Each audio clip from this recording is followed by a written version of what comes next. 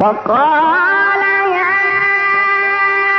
أيها الناس علمنا منطق الطير وأوتينا من كل شيء إن هذا لهو الفضل المبين. ولقد آتينا داود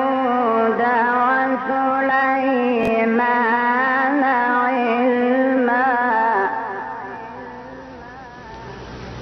وقال الحمد لله الذي فضلنا